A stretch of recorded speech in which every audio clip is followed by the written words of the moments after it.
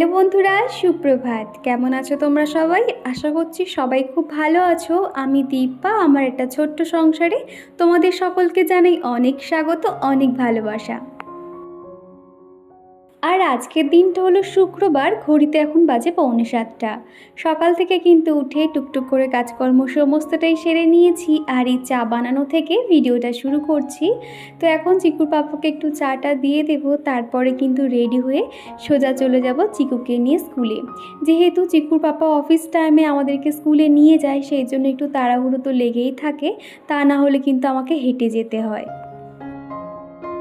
আর এখন এই তো চিকুর পাপাকে চাটা দিয়ে আমি স্নান করে এখন রেডি হয়ে নিচ্ছি। স্নানটা করা থাকলে কি হয়, আসতে যতই দেরি হোক না কেন সঙ্গে সঙ্গে কিন্তু রান্নাটা বসিয়েও দিতে পারি বা টুকটাক কাজকর্মগুলো কিন্তু করেও নিতে পারি। আর ঠাকুর পুজো তো চিকুর পাপা দিয়ে যায়, সেই জন্য অনেকটাই হেল্প হয়। আর আজকে একটা কাণ্ড হয়ে গেছে, চিকু আজকের অনেকক্ষণ ঘুমিয়েছে, ও একদমই সকালে উঠতে চাইছিল না।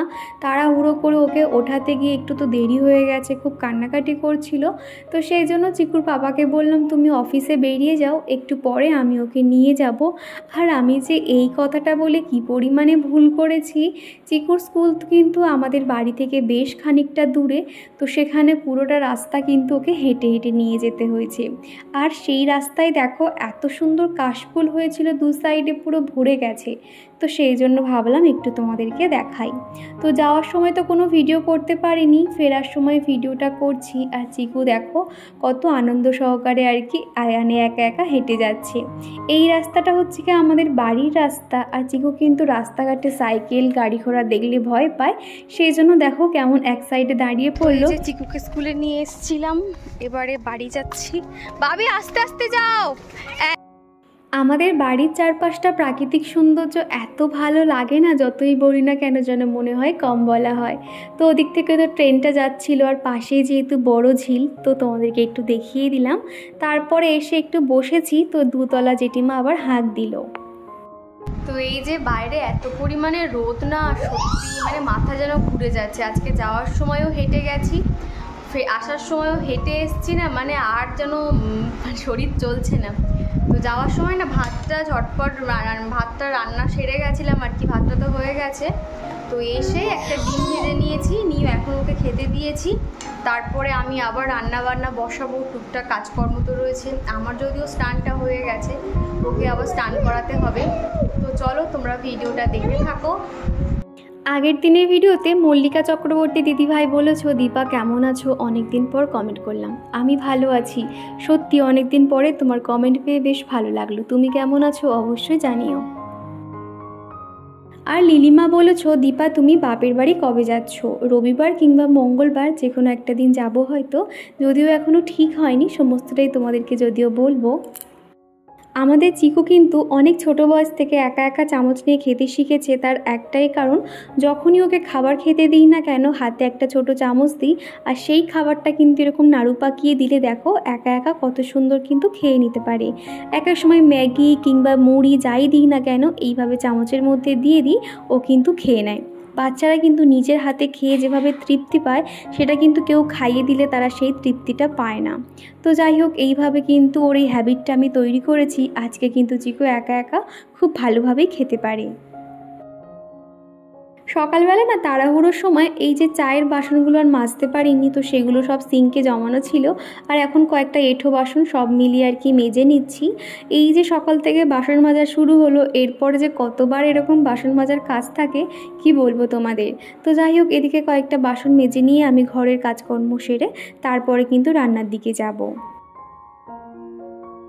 আর লাবণী বলেছো, দীপা তুমি কেমন আছো, তোমার ভিডিও রোজ দেখি, একটাও মিস করি না। চিকু কেমন আছে?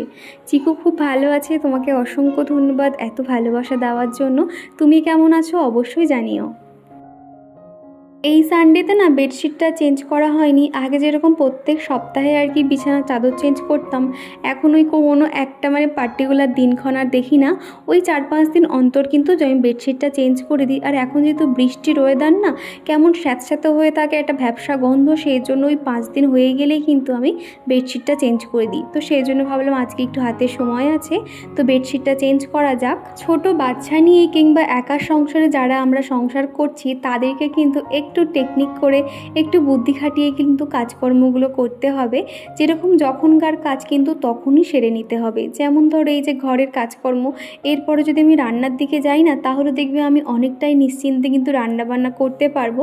কিন্তু এদিকে ঘরের কাজ ফেলে যদি রান্নাঘরে একবার গিয়েছি, তারপরে আর এনার্জি হয় না এসে এত সুন্দর ধরে ধরে প্রত্যেকটা কাজ করতে। সেই জন্য কী করেছি, চিকুকে কিন্তু পেট ভর্তি করে ভাত খাইয়ে দিয়েছি, তারপরে কিন্তু আমি এদিকটাতে এসেছি। আমার মনে হয় সংসারে যখন যেই কাজটা করব, সেটা হয়তো একটু দেরি হোক, কিন্তু সেটা যেন একদম টিপটপভাবে করতে পারি, যাতে দ্বিতীয় আর কাউকে হাত না দিতে হয়।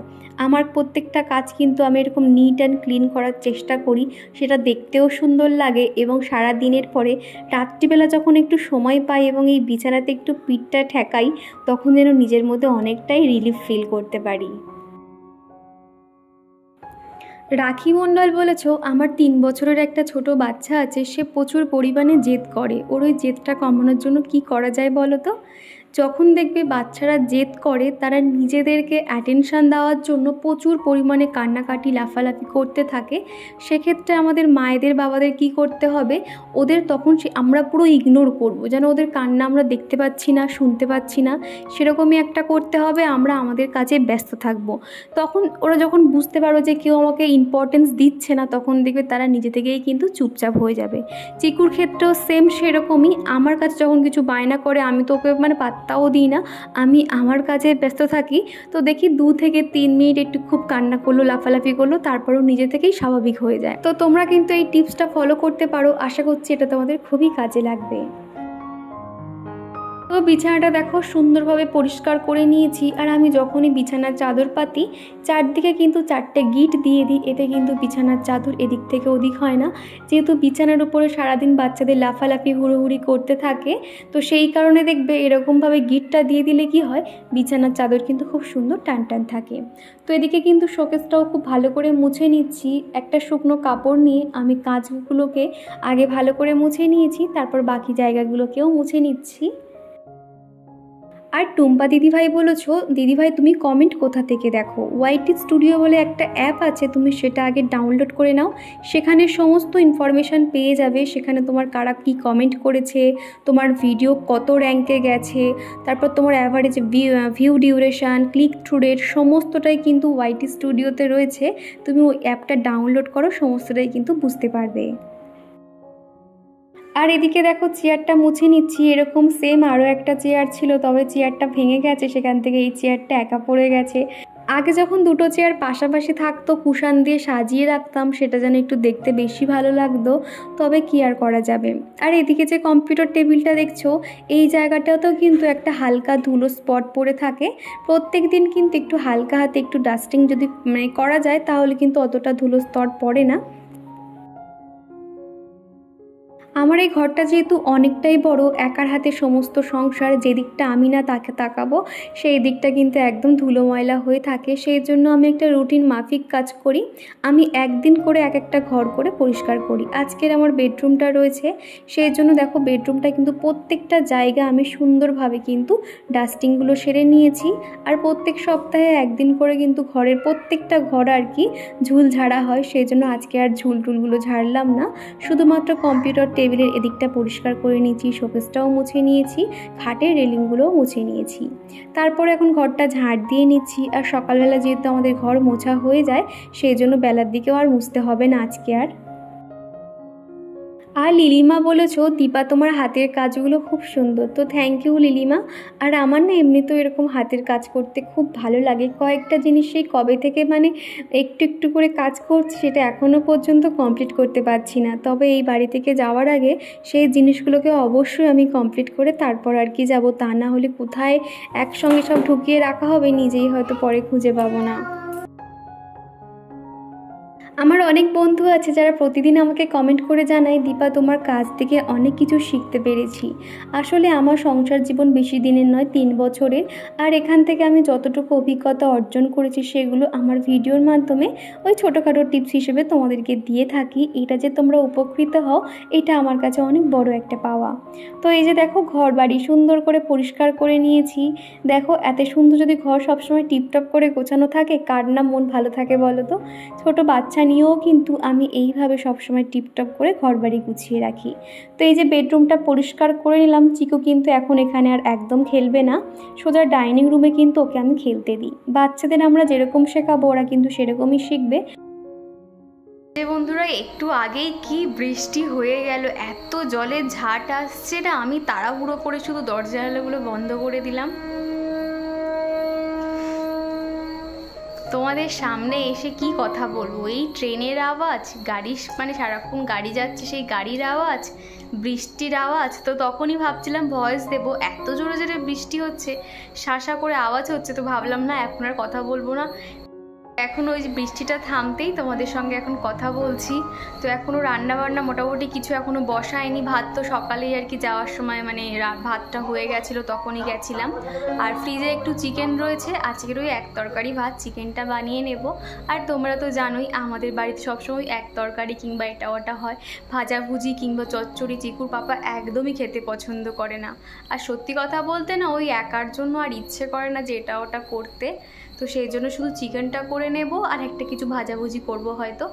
তো চলো তোমরা ভিডিওটা দেখতে থাকো। এরপরে তো প্রচুর কাজ রয়েছে, চিকু স্নান করানো, খাওয়ানো দাওয়ানো। তো চলো।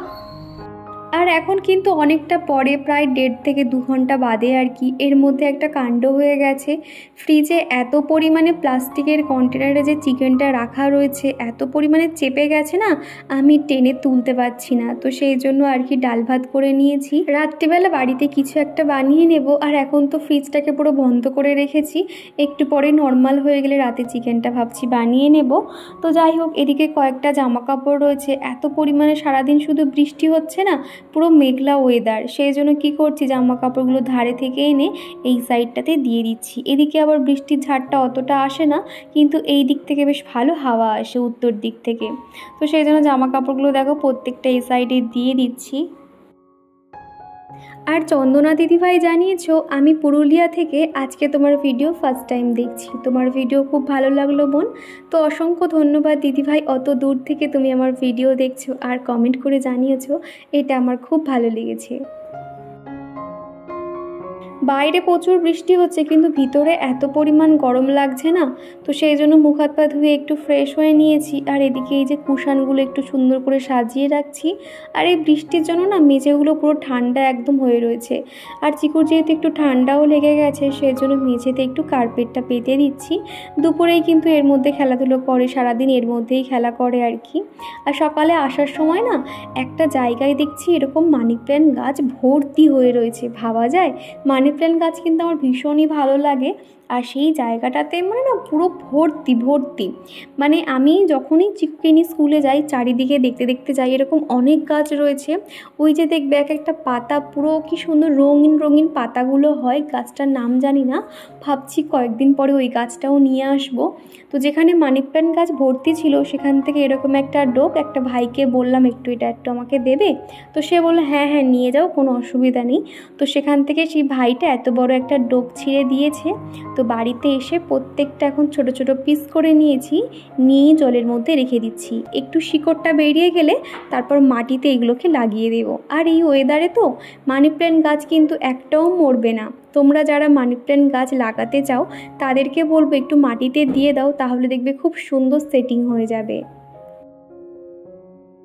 বেশ কয়েকটা ফ্লাওয়ার প্যাচ বানাচ্ছি, সেগুলো তো এখনও কমপ্লিট হয়নি। তো তার মধ্যে এই মানি প্ল্যান্টগুলো লাগাবো। আপাতত যেগুলো আমার বানানো ছিল প্রত্যেকটা কিন্তু আমি হাতে বানিয়েছি, DIY করা। এইগুলোর মধ্যেই আর কি প্রত্যেকটাই মানি প্ল্যান্ট গাছগুলো এইভাবে রেখে দিচ্ছি। বেশি নয়, 1 সপ্তাহ বাদেই কিন্তু নতুন শিকড় বেরিয়ে যায়। তো সমস্তটা দেখো এইভাবে সাজিয়ে নিয়েছি। 2টো রান্নাঘরে রাখবো আর 2টো আমি আমার ওই যে গ্রিলগুলো রয়েছে ওখানে সাজিয়ে রাখবো। তো কেমন লাগছে বন্ধুরা অবশ্য কমেন্ট করে জানিও তো তোমাদের কেমন লাগলো। যদিও এগুলো অনেক দিন হয়ে গেছে, তাও দেখো কত সুন্দর লাগছে দেখতে। তো তারপরে কিন্তু মা ছেলেতে মিলে ভাত খেতে বসেছি, চিকুকে এবার খাইয়ে দেব। আজকের ওই যে আমের পাঁপড়টা ছিল, ওই পাঁপড়টা ভেজে নিয়েছি, আলু সিদ্ধ পেঁয়াজ দিয়ে মেখেছি, সাথে হচ্ছে গিয়ে 2টো পেঁপে ভাতেও দিয়েছিলাম। এই ছিল দুপুরের খাওয়া দাওয়া। তো চলো চিকুকে আগে খাইয়ে দিই, ঘুম পাড়াই, তারপর তোমাদের সঙ্গে আবার দেখা করছি। আর এখন ওই ঘড়িতে বিকেল 5:30 থেকে 5:45 বাজবে। আকাশের দিকে তাকিয়ে দেখলাম ছোট আতফালি চাঁদ দেখা যাচ্ছে, এত সুন্দর লাগছে দেখতে। Good evening. সবাই আর কি ঘুম থেকে উঠলাম, মানে ঘুম বলতে গেলে তো হয়নি, খানিকক্ষণ আর কি চিকুর পাশে শুয়েছিলাম, একটু ওই ফোন ঘাঁটছিলাম। সারাদিন তো ফোন টোন দেখা হয় না, ওই দুপুর টাইমটা একটুখানি হয়তো এডিটিংয়ের কাজ করলাম কিংবা এদিক ওদিকে আর কি ফোনটা ঘাঁটি। তো চলো, এখন ঘড়িতে বেজে গেছে 6টার মতন বাজে। তো এবার সন্ধেটা দেবো। চিকু কিন্তু এখনও পর্যন্ত ঘুমোচ্ছে, তো ওকে এখন ডেকে তুলবো, তো ওকে মুখ টুক ধোয়াবো। তো চলো তোমরা ভিডিওটা দেখতে থাকো। পাপা ওঠো, সন্ধে হয়ে গেছে না? ওতো ওতো, কত ঘুমু ঘুমু করে, কত ঘুমু ঘুমু করে। হ্যাঁ উঠবে না? চলো আমার সন্ধে দেবো, তারপর তোমাদের একটু পাস্তা বানিয়ে দেবো, একটু পাস্তা খাবে? ওই দেখো সে আবার পাশ ফিরে শুয়ে পড়ছে। এই যে ঘুমিয়ে নেবে তো রাতে তোমার 12টা 1টা 1:30 অবধি পুরো জেগে থাকবে, জানো তো। ধরো আমি মানে আমার তো প্রচুর ঘুম পায় শুলে, কিন্তু আমি সত্যিই ঘুমোতে পারি না। মানে শুধু টেনশন হয় যে আমি আজকে খানিকটা এডিটিংয়ের কাজও সেরে রাখতে হবে, কালকে হয়তো সকালে ঘুম থেকে হয়তো উঠতে দেরি হয়ে গেল। তো মানে আমি চাইলেও ঘুমোতে পারি না। আর এদের ঘুমানোর সময় আছে, এরা কেউ ঘুমাবে না। চিকুর পাপাও যেরকম রাত্রিবেলা ফোন দেখবে, আর এও কিন্তু ওর পাপার সঙ্গে ওরকম জেগে থাকবে, জানো তো। তো দেখো এখন পর্যন্ত ঘুমোচ্ছে, ওকে ডাকছি ওঠো, সে তো কিছুতেই উঠছে না। তো চলো ও ঘুমাক, আমি সন্ধিটা দিয়ে নিই, না তো ওর জন্য অপেক্ষা করলে আমারও নিজেরই দেরি হয়ে যাবে। তো চলো। আর দেখবে বন্ধুরা, এই বর্ষার ওয়েদারে আমরা নিজেরা কেমন ঘুমাই বলো তো। আর সেখানে বাচ্চারা যখন একটু ঠান্ডা ঠান্ডা ওয়েদার পায় না, তারা কিন্তু ভালোই ঘুম চালায়। তো চিকু এখন ঘুমোচ্ছে, ভাবলাম আমি একটু মন দিয়ে সন্ধিটা দিয়ে নিই। চিকু এতটাই ঘুমে মত্ত ছিল যে আমি এদিকে হরিনাম করছি বা আমি যে শাঁখ বাজাচ্ছি, তাও কিন্তু তার ঘুম ভাঙেনি। অনেক পরে তাকে ডেকে ডেকে তারপরে তার ঘুম ভেঙেছিল। আর এরই সঙ্গে চলো আমার প্রিয় দিদিভাইদের নাম নেওয়া যাক।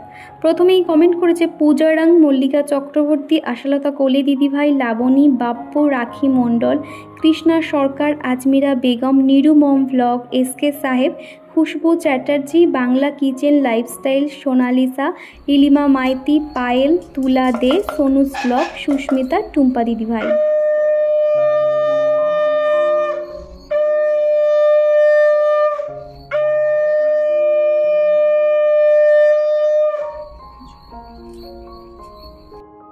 আমি একজন সাধারণ হাউসওয়াইফ। আমার প্রত্যেক দিনের সাধারণ কাজকর্মকার সেগুলো একটা ছোট্ট ভিডিওর মাধ্যমে তোমাদের কাছে প্রেজেন্ট করে থাকি। তোমরা অনেকেই আছো প্রতিদিন আমাকে সুন্দর সুন্দর কমেন্ট করো, তো এর জন্য তোমাদেরকে জানাতে চাই অসংখ্য ধন্যবাদ। আগামী দিনগুলো ঠিক এইভাবে আমার পাশে থেকে যেও।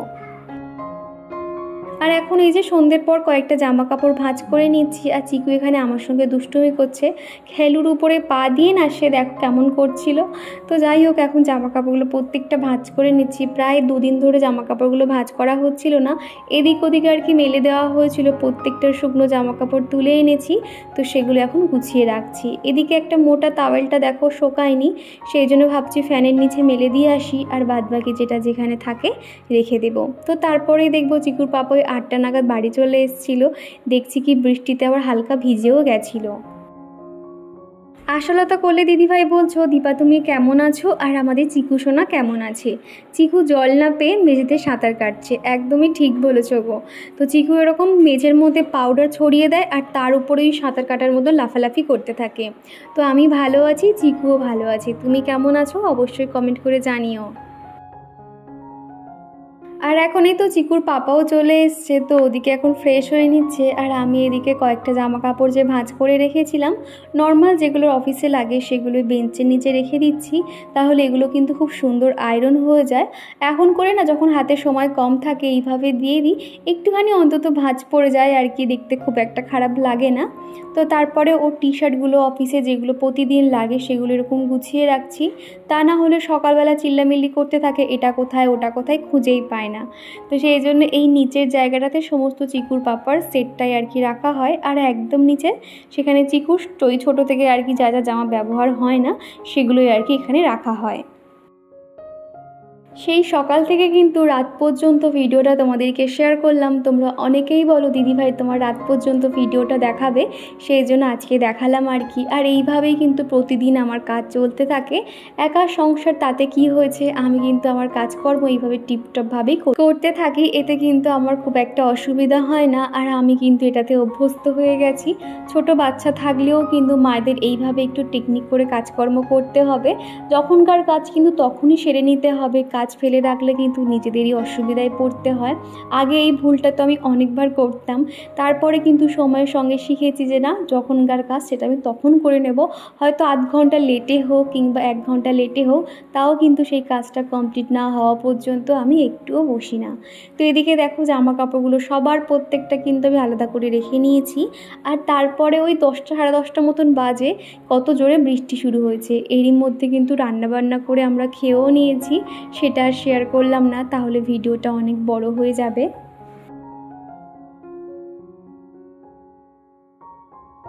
তো এই যে বন্ধুরা, ঘড়িতে এখন বেজে গেছে। তো এখন চিকুর প্রচুর ঘুম পেয়েছে, ওই জন্য ঘ্যান ঘ্যান করছে। তো আজকের মতো টাটা বলে দাও। আর একটা ফ্লাইং কিস দিয়ে দাও, একটা ফ্লাইং কিস দিয়ে দাও তো, ভালো করে দাও।